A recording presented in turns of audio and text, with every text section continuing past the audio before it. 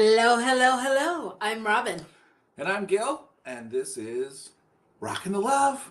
Rockin the Love. Welcome, welcome, welcome. As some of our longtime listeners may notice, we are in the same box today. And it's not the magic of television or something. It's actual trueness. We are in the New Mexico studio, and we are so excited to be with you today as we are going to discuss the spirituality of anger, and the show is entitled It's Spiritual Anger. It's Spiritual Anger. What does that mean? We are looking forward to exploring that with you. And what we'd like to ask is that you join. So if you have any thoughts or comments, please put them in the chat. We love being able to talk back and forth with you.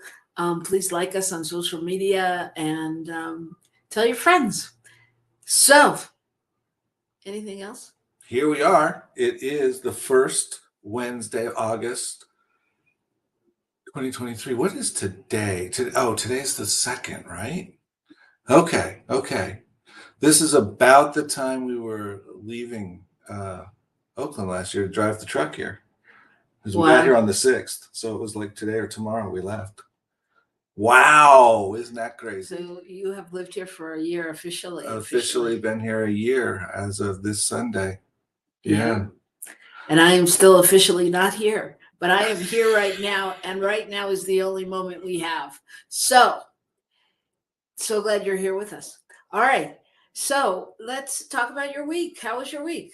My week was interesting and different and exciting because you showed up. I wasn't expecting Robyn to come, but she did. And that sort of opened up a whole different way of working for the week. And so we've had a little time just to be alone together, and we've had a little bit of time to work on all kinds of stuff that we each had going on, but it's good. It's good. It is good. Yeah, my week was good. It was surprising because I did come, on a whim, on an overnight kind of whim, like with a few days notice. So it was great. Got to celebrate a friend's birthday in Oakland and took off the next day and came here. And it's, I don't know, there's something different about this trip. Doesn't it feel different? Mm-hmm. It feels more like you're really here. It feels more like I'm present because, well, I don't have a ticket back. That could be one reason, but it could, but no, there's something in the air. We were talking about that with a friend. There's something in the air. It just feels like it's a time of change. It's a time to move. There's lots of change in our family and things going on and moves and jobs and new beginnings and all those good things. It's just a plethora of shifts and openings happening, things that are happening with the spiritual center where I am, with us. There's just this feeling, on the one hand of, oh my God, everything is going nuts. And on the other hand of, wow, what's going to happen next? It is, but it's true. It's kind of Christmas-like, right? Yeah. It's kind of like, ooh, what's in that box? So what's behind door number 1? It's really a journey in living in the moment. Yes. I mean, I think that's really been my lesson, is just to stay in the moment, which is incredibly challenging to do with family and kids and all of the things that one would like to plan for and think they're organized and clear about what they're doing. Yeah. And asking the question, what's next? What do I do next? It's felt a little displaced because it feels like there's this whole possibility with my work life and my work space, and there's this whole possibility with my living life and living space, and there's a whole possibility with my spouse and whether or not we're together. I mean, just all that stuff. Whether or not we're together physically. Physically is what I meant. No need to worry. We're not apart. We'll update you next week. Yeah. There was something I was going to say, but it seemed pertinent. It's gone. It's gone. So okay. I think it's time for the good news. Time for the good news? Yeah. Are you sure? Yeah. Okay. I can't get my little thing to work. There it goes. So I'll share. Did you ask me to share? Yeah, you did. Okay, good. In my So mind. so I found this interesting piece of good news. There's a woman who as a baby had a particular cancer in her eye, and they took out one of her eyes when she was 1.5 years old. So she's always had a prosthetic eye or something. And she said that she realized at one point, you know, you put in an eye that looks real, but as soon as people look at you and you move your other eye, they realize that that one isn't real. So it doesn't really matter. And what she's done is sort of adopted this idea that this is part of her. And so she's had some she's found where she can get prosthetic eyes made special. And so she's had them done with all kinds of sparkles and all kinds of different things. And not only that, but then she set up a foundation and started raising money to work with other younger people who are experiencing something like she did when she was a kid, and helping them get fun eyeballs as well. I just thought, that's pretty cool. It's really cool. It's just sort of this idea. She's really like, look, I have adopted. I've what embraced who I am. I've embraced who I am. Well, yeah, This becomes part of me instead of this is an issue. This is a highlight. Yeah, it's empowering her to stand in who she is. Yeah. And empowering others. Yeah. Yeah, I think that's great. And I think also sometimes when we call attention to something like that, it becomes easier for other people to think about and ask about and talk about and learn about, so that it becomes a non-thing. Right. So in some ways it really brings us together. It's because it's almost a signal like, I'm willing to talk about it. You don't have to pretend you don't see it or you're not looking at it. It gives permission to look at it and go, wow, that's so cool. And then to go from there. Well, and it's that idea that somehow we think that in order for everything to be good, we have to pretend that we're all alike. And the reality is, if we can acknowledge our differences, but do it and have them be unique things that just share more about who we are, it's a whole different thing than, oh, yeah, well, that's a bad thing over there.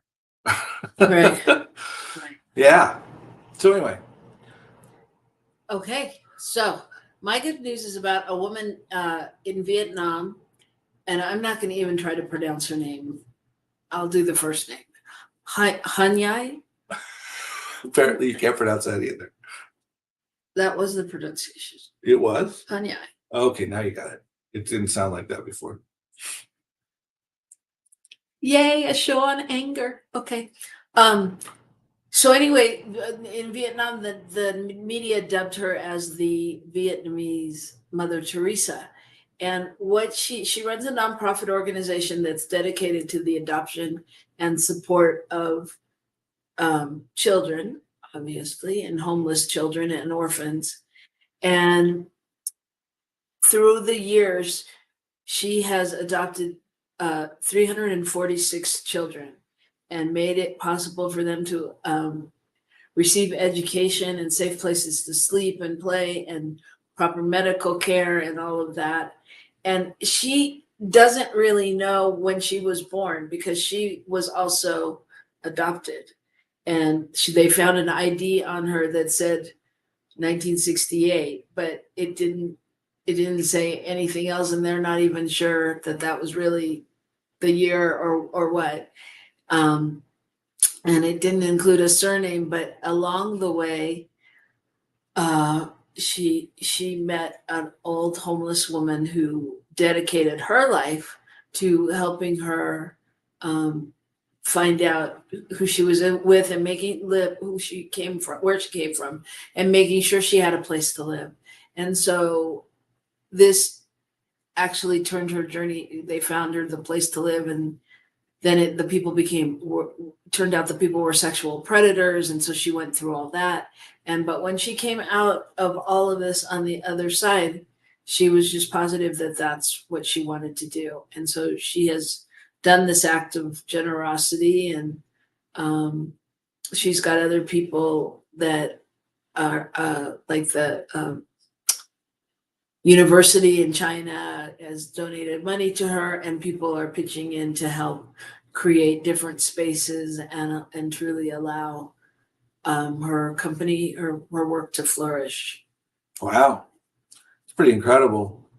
And you can only imagine how, I mean, 1968 would have been right in the height of the Vietnam War. So, yeah, you know, God knows what kind of records are where. And you know, where she started. Jeez. Yeah.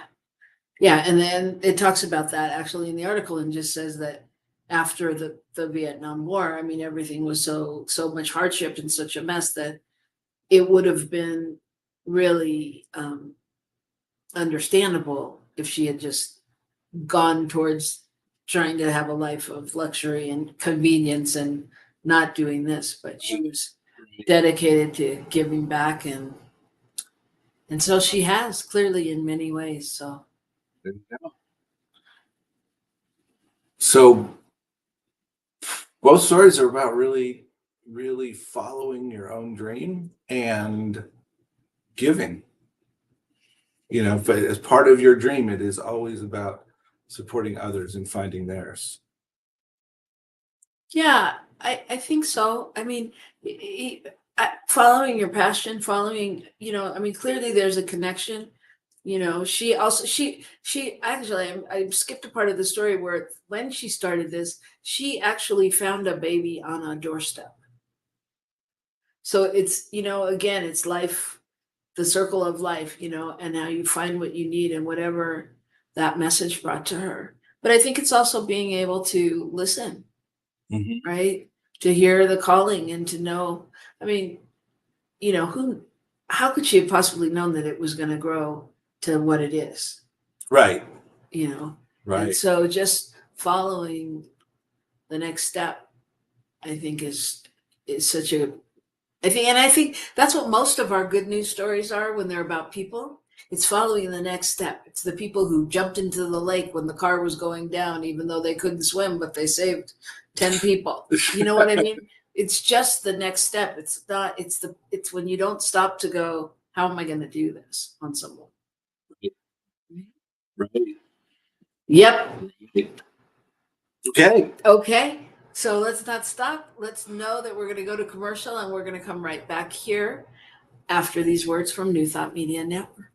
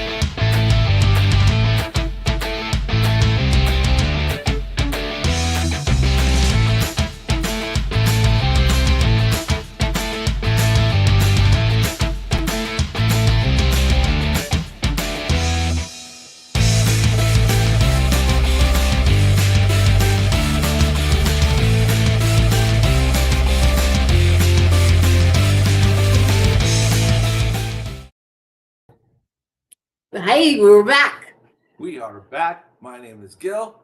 And I'm Robyn. And this is Rockin the Love, which we do every week on Wednesdays. We do it every day. Oh my gosh.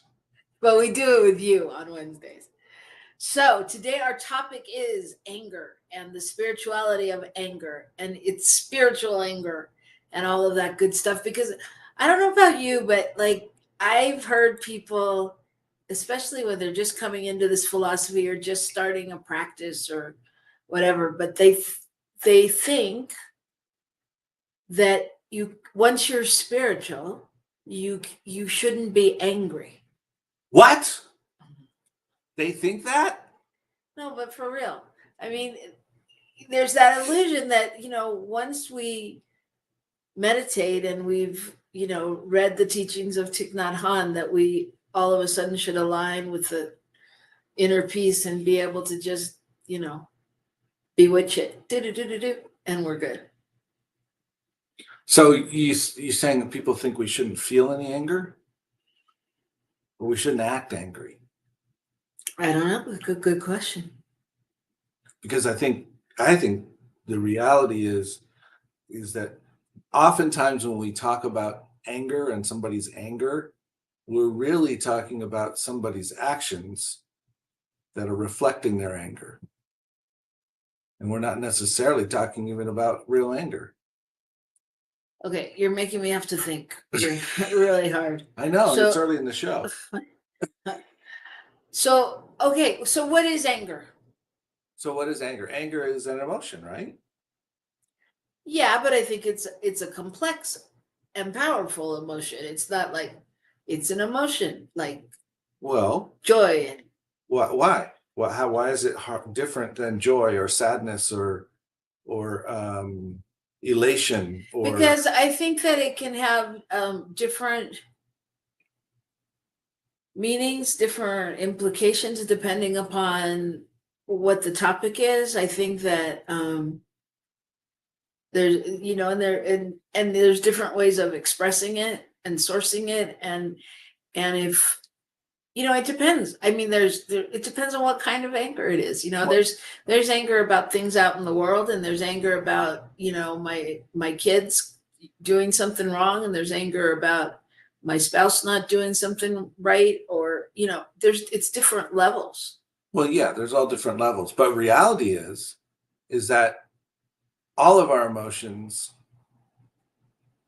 what leads to the issues are how we express it and how we presence it in the world.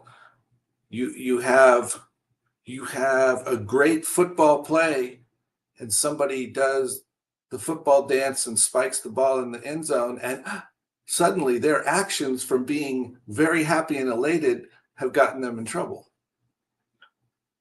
They've actually created a negative situation. Well, that's not anger. No, it's not anger. That's my point. But it's still created. It's about the action. It's not about the emotion. The emotion of being excited and elated and happy about it is not an issue. The emotion about having a horrible play and losing the ball and being pissed off and throwing the ball at the ground or whatever would be the same action, but a whole different emotion behind it. Okay. You don't think so? Well, I think it's a whole different show. I mean, I hear what you're saying, but I'm just getting at the idea that we often conflate the idea of our emotion with what we do with it. And so to me, that's how people get in trouble with, now I'm spiritual, I should never feel angry. Now I'm I shouldn't do that because really what they're saying is I shouldn't. I mean, it's not that you can't feel anger. It's that, how do we work with it? How do we release it? How are we honest with it? What do we do with it? So I think it's about how we define it, because I think that is anger spiritual? I think that anger can be spiritual. I think anger is spiritual. I think that it is the motivator to get us somewhere else. on many occasions, you know, and so I think that I think that it is a spiritual emotion that is really there to propel us to the next steps, because we each learn different ways. Where that may not be my way to get there, you know, other people may, I mean, that's their, I don't want to say their love language, but that's their pattern, or what they know. Well, and I think too that the thing that strikes me when we say, "Oh, it's spiritual anger," I think there's two things that go through my head. One is, well, we try to make it sound better than it is. It's spiritual anger, therefore it's not bad anger. It's one way of looking at it. The other way of looking at it is, the reality is, what wouldn't be spiritual? What wouldn't have something to do with our spiritual life? What wouldn't, you know, whether we're expressing it in a positive or negative or whatever way, it's still teaching us, and it's still coming from the one place of spirituality. Yeah, I'm gonna dive a little deeper into that, because I think that I'm not sure if I believe that. I'm not sure what I believe right now, but I'm gonna go forward from this point. I so it I think that if I was to categorize spiritual anger and make it a category excluding some other kind of anger, I would say that it's kind of like when we talk about having a human experience. So if I have anger about something, and it's moving me towards, you know, if I'm, say for example, I'm angry about the homelessness in the world, and so that propels me to go out and do good work, and to, you know, help figure out a solution, or any cause like that. But if I'm angry and I go out and I shoot up City Hall, that's not spiritual anger. I mean, that to me is, I mean, that's not something coming from you know what I mean? That's not a centered. But couldn't the same person who's upset about homelessness choose one of those two options as a way of getting attention, as a way of trying to create a change, uh, without I don't valuing know. whether one was right or wrong? But technically, if someone's got that motivation to do something, and they choose to do, you know, the thing that's going to cause harm to someone else, is that right? No, it's not right. It's not good. But it could still be driven from the same exact anger. I don't know. Not sure, huh? I don't know. I could ask my producer. I don't know. I could phone a friend. I don't know. I mean, I don't know. I think for me, I don't know. I think it's a topic, you know, I get that anger can be a sign of love and care and all of those things, and that can look different for everybody. But then, if that, I don't know, if that's not, if that's true what you're saying, then why is it that when a horrible situation like that happens, that people find it so hard to pray and embrace the person, the shooter, the person that's out doing the harm? It's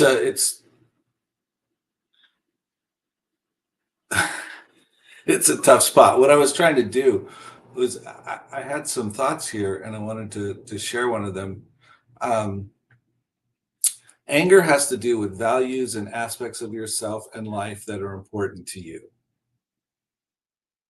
And I thought that was an interesting statement, because what it says is that we don't get angry about stuff we don't care about in general. We get angry because something is important Right. somehow, right? So um, then it is a matter of, how do we deal with said anger? I mean, I don't think we can qualify. I mean, if I am upset that the city is not taking care of homeless people, then I have a choice now as to what my next steps are. And my next steps can be anything from forget about it to, you know what, I think we could utilize this space over here, and that would be great. And I'm going to go to the city and talk to them, and I'm going to get some other people involved, and we're going to try to see if we can get the city to offer that space. Whatever, we're going to figure out some way to address this, and we've got some ideas, and I'm going to get other people involved, and we're going to make something happen. Or I could go to the city council meeting, and I could pull up my AK-47 and I could start shooting. I mean, radical differences, but technically speaking,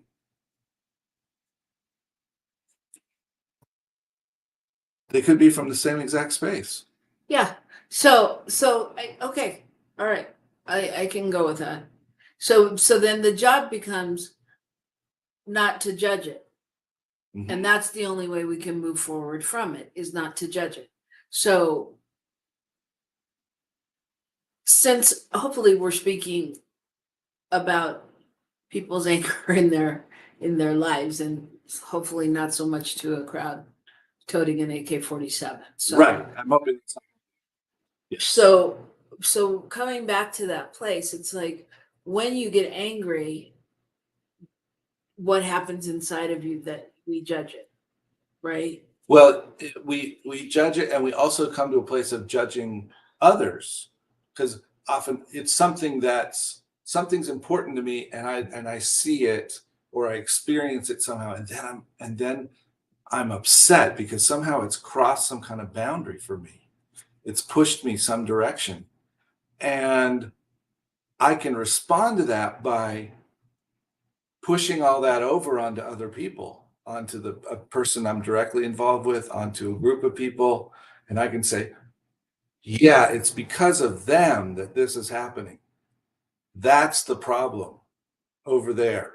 So now I have this anger that I'm holding on to, and I'm now focusing it on someone or something over here, right?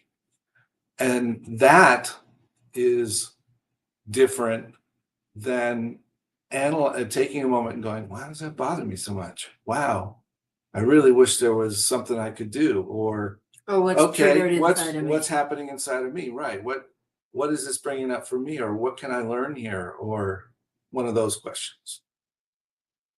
Well, and it brings me back to the work of Byron Katie, right? Mm-hmm. If in that moment when the anger is happening, we are able to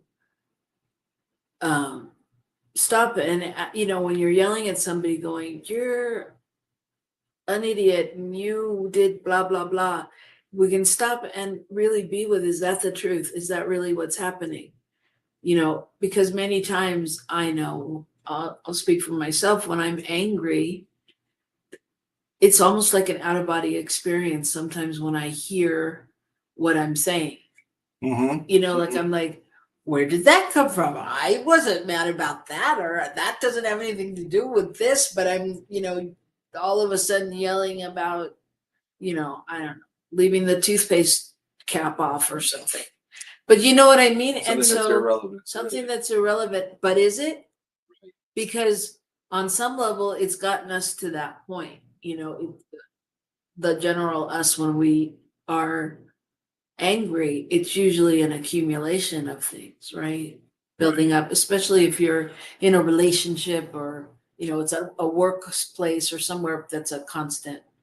I think that's an interesting thing. So, because is it really the anger that's an accumulation of things, or is it an accumulation of anger that we failed to acknowledge, or we've tried not to acknowledge, or we tried to pretend wasn't there, or we didn't notice even?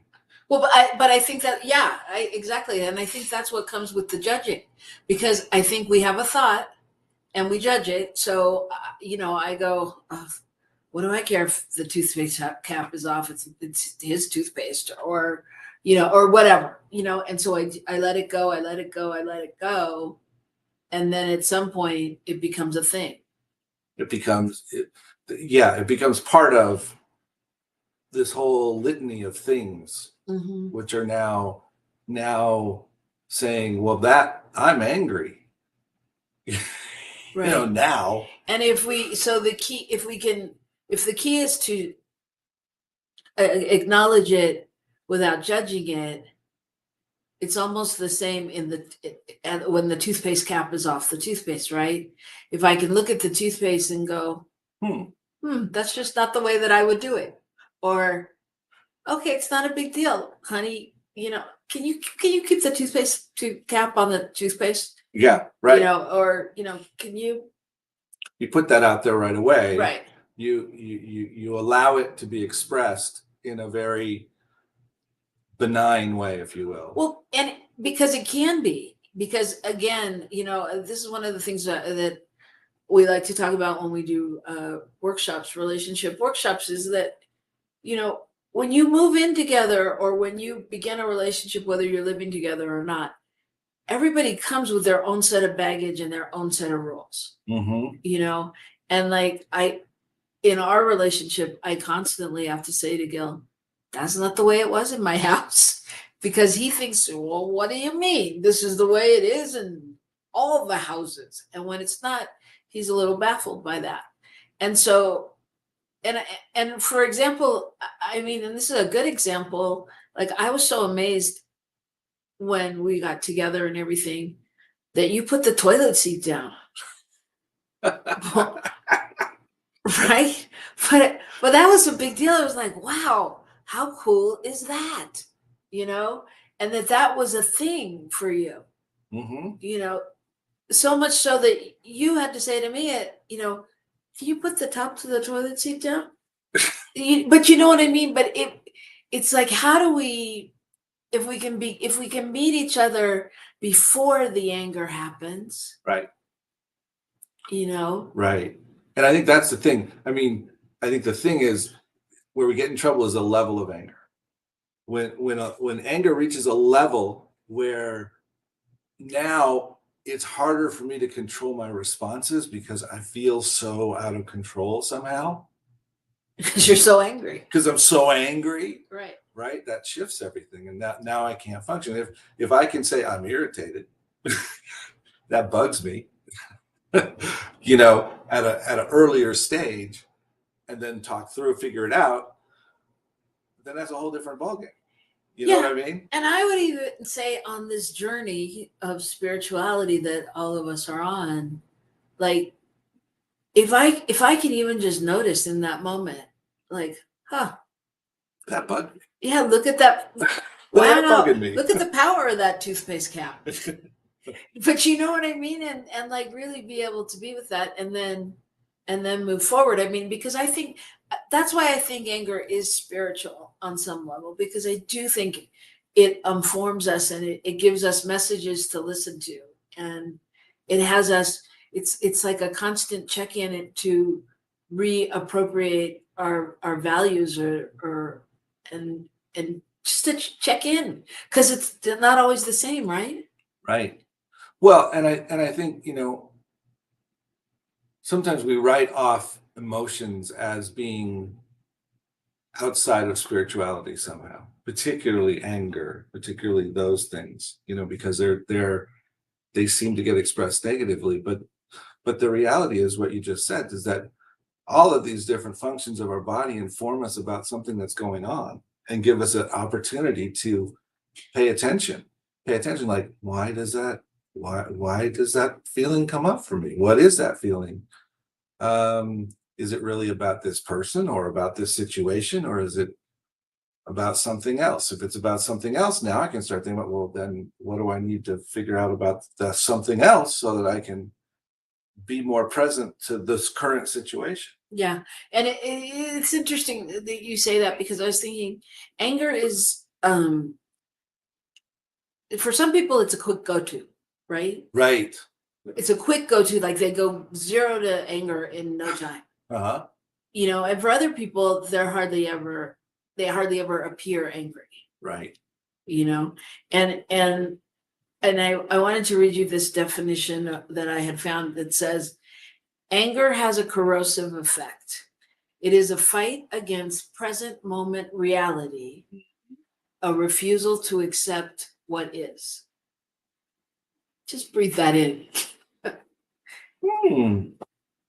A fight against present moment reality, which is so true, right? Because it's like being a kid when you were allowed to go, I don't want to. I don't like it. I don't have to. And you could go to that emotion in no time, right?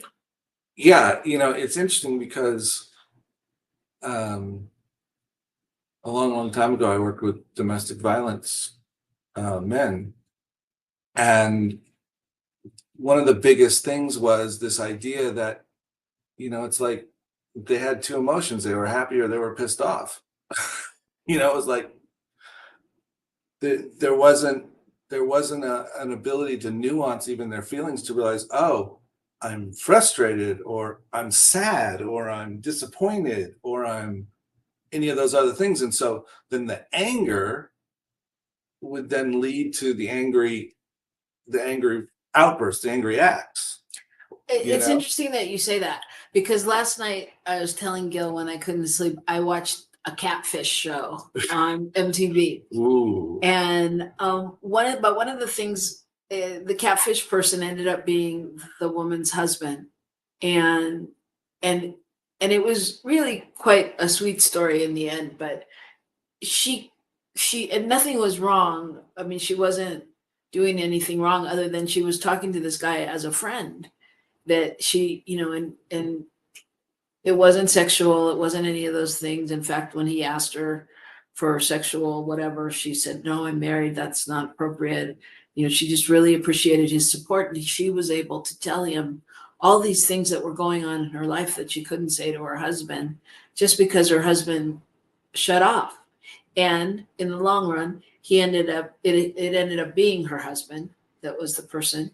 And they talked it and reasoned it out to partially because he was in the military. They were both in the military, but he was in the military, and they had taught them, narrow mind. Once something's over, it's over. Don't let any emotions in. Drink water and keep moving, And so he really realized that he was in this situation where every situation that came up in their life, he was just like, okay, moving on. Like even if she was sad and he'd ask why, and she showed him a picture of her mother that she was sad, who had passed away, he couldn't ask any questions about that or be with that or be there for her, because it was like moving on, and just getting to that next place and desensitizing in a way. And I think boys, maybe not nowadays, but certainly up until nowadays, are really raised in that don't think, don't feel, don't, you don't cry, you don't whatever. And isn't it interesting that he was actually able to be that space when he took on a different persona? Yeah, well, he had all these realizations that he hadn't been there for her in that way.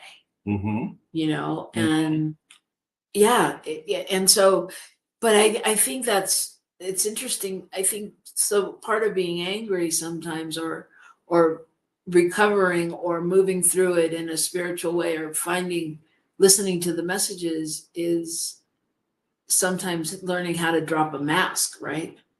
How to let go of what you think other people expect. How do you think other people expect you to be, or what you've decided you have to be in order to fit in? See, because then in the anonymity of being this other person, suddenly he didn't have to be that military person. No. So even he wouldn't let himself out of that within his real life. Right. Because he was still hanging on. I mean, I'm just making it up, but I'm guessing because some level at which he was hanging on to, she must have this expectation of him to be this, because they're both military. They understand each other. They know what the deal is. This is how I'm supposed to be. If I'm somebody else, how's that going to work? Maybe. You know what I mean? Yeah. Yeah. I mean, clearly It's convoluted. It's convoluted. Clearly it's convoluted. So I just want to talk for a minute though about, because I was thinking about this when we talked about this topic, like race consciousness and anger. Because what this brought up for me, what I started thinking about was just all the feelings around, all the past elections and the January 6th stuff, and the climate that was created during the Trump era. And because I felt like then we had a nation of angry people, and it that was probably the commonality. On each side, everybody was angry about it. Bad. Everybody was mad. So like how do we maneuver in that? How does one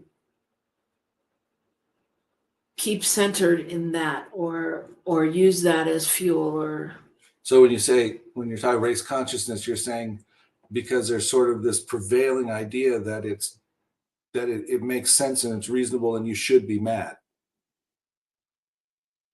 Almost. Well, because all these things are wrong and therefore you should be mad about it. Well, I'm just saying, there was a general madness that was happening, whether it's how did this happen? How did a certain person get elected?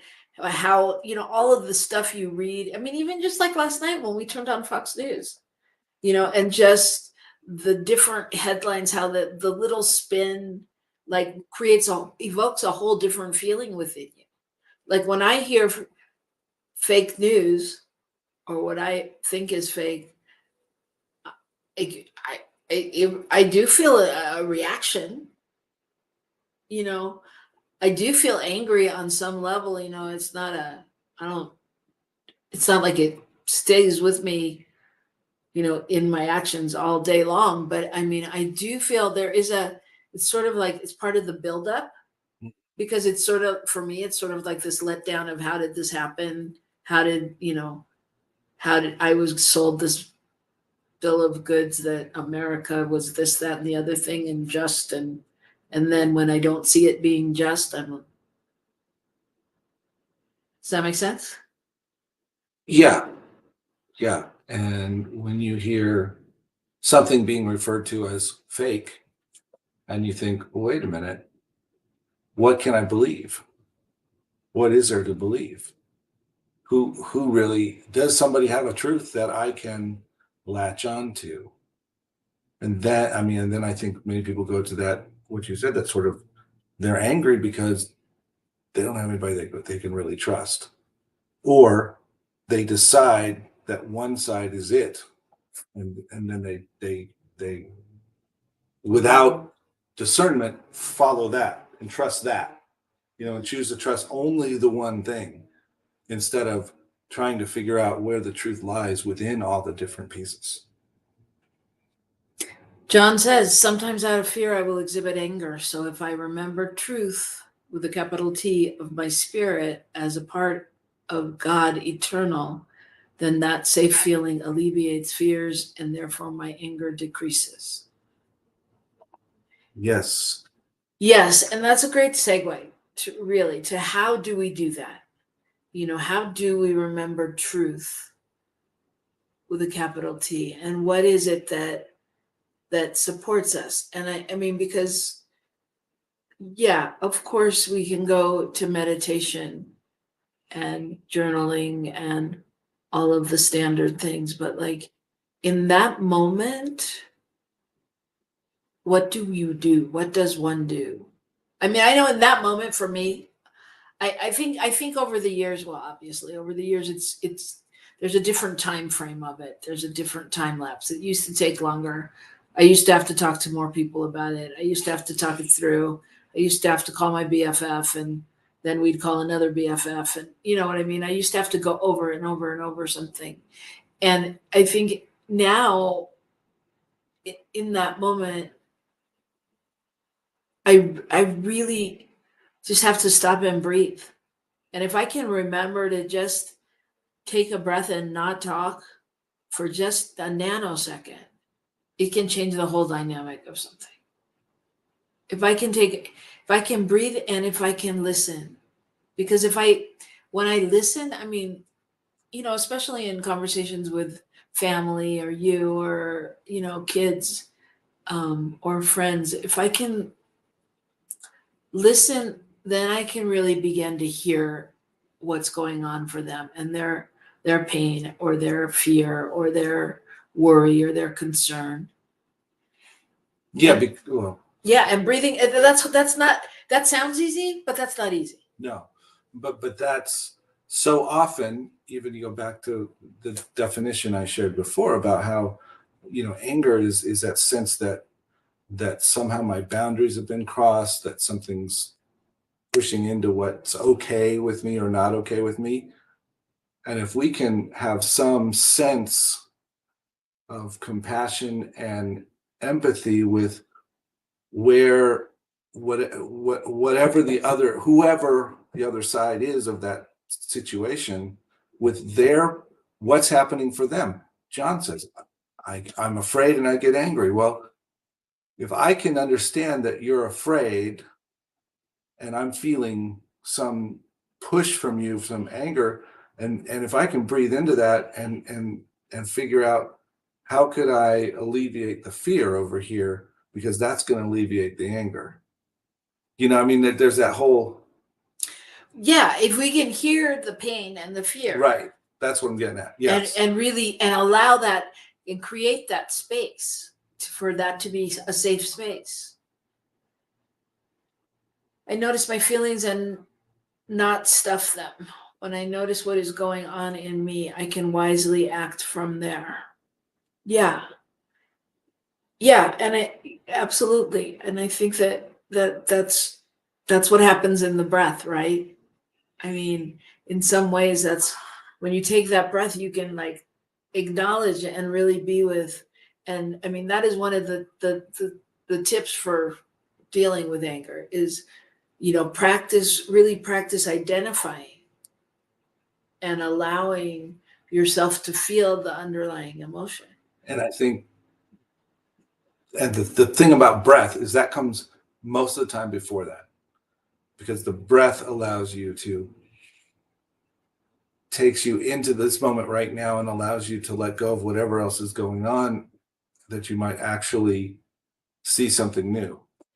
Yeah, and I was just thinking about what New Thought Media producer Michael Mangus with the show on Fridays just said, that when he notices the feeling and doesn't stuff them and notices what's going on in him, he can act wisely from there. And what came up for me was like an analogy of like a bomb, right? Anger is the explosion. And what's underneath that? What's created it? Is it hurt? Is it fear? Is it, what's the underlying feeling tone of what's really gotten you to that the moment? Expression of anger is the Right. explosion. Yeah. The anger is how when you said that, I thought of somebody deactivating that bomb. And one thinks that the first thing you should do is jump in there and get active, because if you don't deactivate a bomb right away, you're going to have an explosion. Explosion is going to hurt people, and blah, blah, blah, blah, blah, blah, blah. But what's the first thing you see in any movie you see where they're dealing with something like that? Somebody has to stop and breathe and really look at what they're looking at to figure out what's happening, what's causing it, how it's hooked up, how it's designed.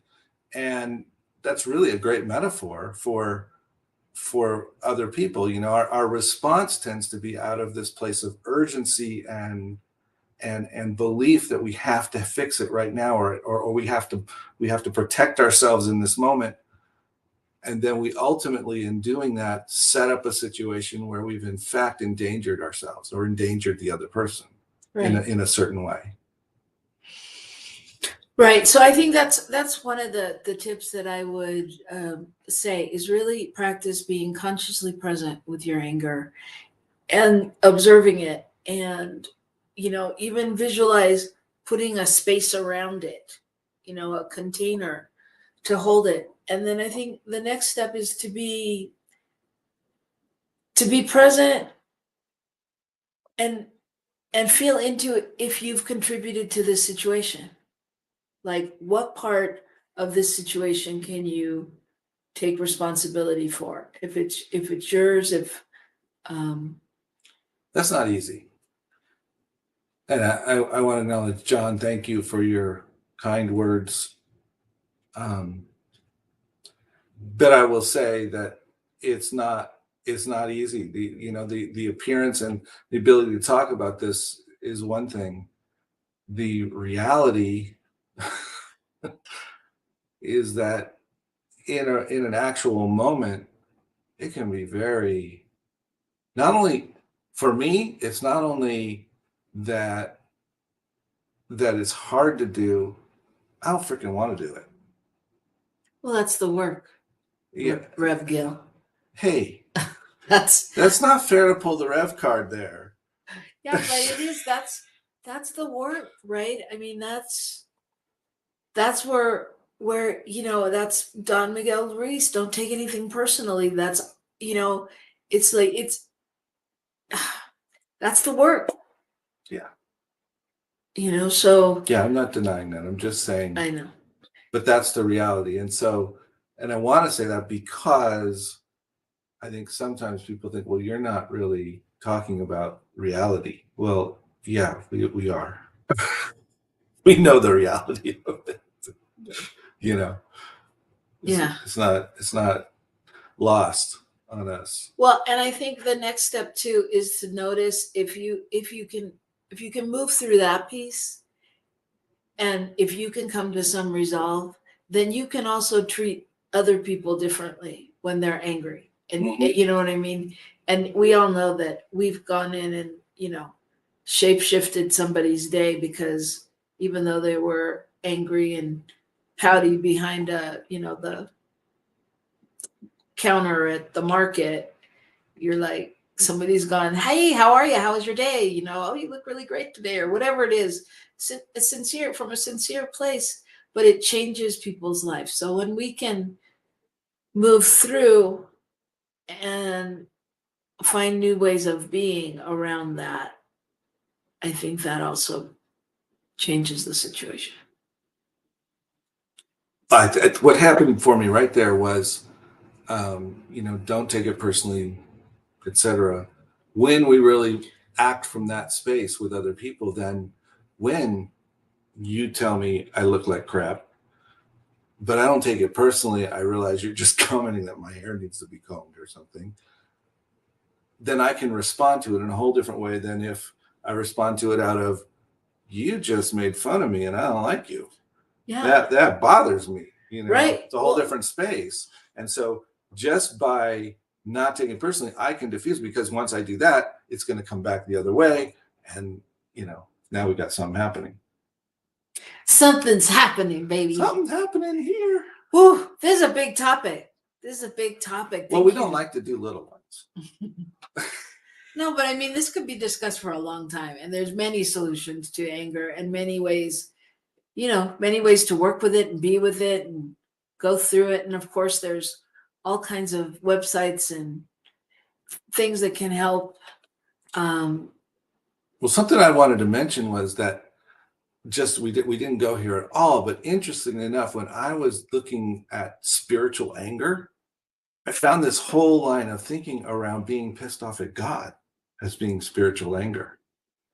Maybe that's a different show. That's a different show, but it's just interesting, how when we put that word spiritual in there, we get this, either, oh, now they're just trying to cover up and make themselves feel better because it's spiritual anger, or now they're just mad at God, or now they're just, and we try to put it in another compartment, whatever it is. We try to find that compartment for it instead of realizing it's all one thing. Right. And so I would keep this conversation going, but our producer would be very angry. Would he? Oh my gosh. So John says, I work on being angry, or rather expressing it. And so I love this show. Gil, I hear you sometimes. I too don't want to deal. Brilliant timing for this show. Thank you. Brilliant participation. brilliant listeners out there, whether you said anything or not. We feel you. And we're just so glad to be here with you. And we're going to do it again next week. Next week. And we're going to be in the same box, I think. The truth is, we don't have a clue. The truth is, we're in the moment. So who knows where we'll be, but we know we'll be here with you. That's right. So join us next week right here on New Thought Media Network. Thanks so much to our producer. Thank you. Rock the love, everybody.